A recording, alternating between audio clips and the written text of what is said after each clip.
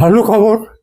আশা করি উনি বিশ্বভারতীর সমস্যা অন্যদের চেয়ে বেশি বুঝবেন এবং তাতে বিশ্বভারতীর উপকার হবে।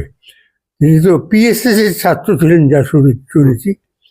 তো সেই তা হলেও শ্রীনিকেতন হলেও বিশ্বভারতীর ছাত্র। আশা করছি উনি এসে বিশ্বভারতীর অনেক উন্নতি করতে পারবেন এবং জঞ্জাল সরাতে পারবেন।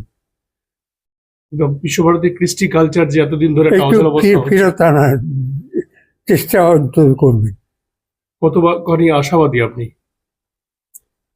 দেখুন, আমি ওনাকে চিনি না, আমার সঙ্গে কোনো পরিচয় নেই, আমি ওর কথা কিছু জানি না।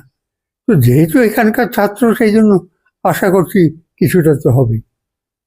শান্তিনিকেতনের আবেগটা ওর মধ্যে থাকবে, থাকা উচিত। আপনার একটা কথা শুনলাম, জঞ্জাল পরিষ্কার করবে, এটা যদি একটু বলেন। তো আমরা সবাই জানি বিশ্বভারতীতে অনেক জঞ্জাল জমেছে, সেগুলো পরিষ্কার করা দরকার। আমার মনে হয়, এটা আমার মতামত। এখন এটা পরিষ্কার করে বলাটা উচিত হবে না, সবাই বুঝতে পারছে।